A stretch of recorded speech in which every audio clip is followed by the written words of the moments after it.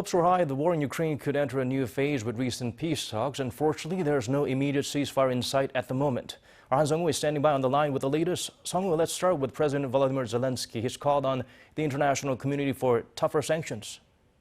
Correct, Daniel. President Zelenskyy, in a virtual address to Australia's parliament on Thursday, urged for new and tougher sanctions against Russia, explaining that Moscow's invasion and past wrongdoings, if not held accountable, may set a bad example for the international community as a whole. If we don't stop Russia now, if we don't hold Russia accountable, then some other countries who are looking to start similar wars against their own neighbors will decide that such things are possible for them as well.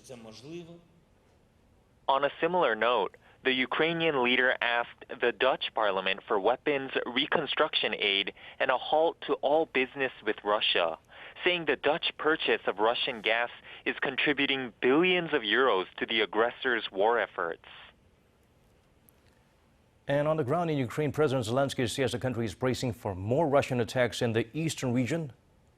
That's right, Daniel. But let me begin with what's happening in Ukraine's northern cities. CNN reports that just a day after Moscow said it would drastically reduce its combat operations in Kyiv and Chernihiv, Russian forces further bombarded the two cities on Wednesday local time, the mayor of Chernihiv calling it a colossal attack. President Zelenskyy has referred to ongoing negotiations as, quote, only words, as his country prepares for new assaults in the east. There are also other words about the alleged withdrawal of Russian troops from Kyiv and Chernihiv, but the alleged reduction of activities by the occupiers in these areas.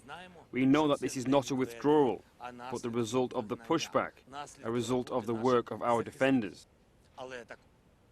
Russia is reportedly regrouping to shift its focus to the eastern Donbas region, an area that's become increasingly occupied by Russian-backed separatists, which the Kremlin says it is helping to liberate from Ukraine. They've started to reposition. I don't know that I'd say all of them moved out. We've seen them begin to reposition less than 20%, our assessment today. And we think some of them, not all, but some of them have already moved into Belarus. According to Ukrainian officials, the move to Belarus may be for creating a reserve to replenish losses in manpower and military equipment of Russian forces operating in Ukraine.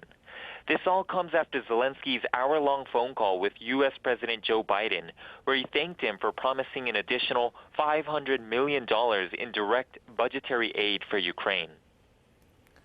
And so we're hearing Washington has reiterated its view that Russia's invasion of Ukraine is a strategic failure for Moscow.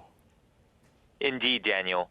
The White House said on Wednesday that it believes Russian President Vladimir Putin was misled by advisors who were afraid to let their leader know how much Russian forces are struggling in Ukraine and how bad Western sanctions are damaging his country's economy. But I do think that making this information public contributes to an understanding that this has been a strategic failure for Russia. Obviously, we will continue to pursue our strategy of imposing severe costs on Russia and trying to strengthen Ukraine on the battlefield and at the negotiating table. The UK, another Western ally of Ukraine, shares similar views. Speaking Thursday in Australia, the head of Britain's Intelligence, Cyber and Security Agency, Jeremy Fleming, said it appears Putin massively misjudged the Ukrainian resistance and overestimated Russia's ability to secure a rapid victory. We've seen Russian soldiers, short of weapons and morale, refusing to carry out orders, sabotaging their own equipment, and even accidentally shooting down their own aircraft.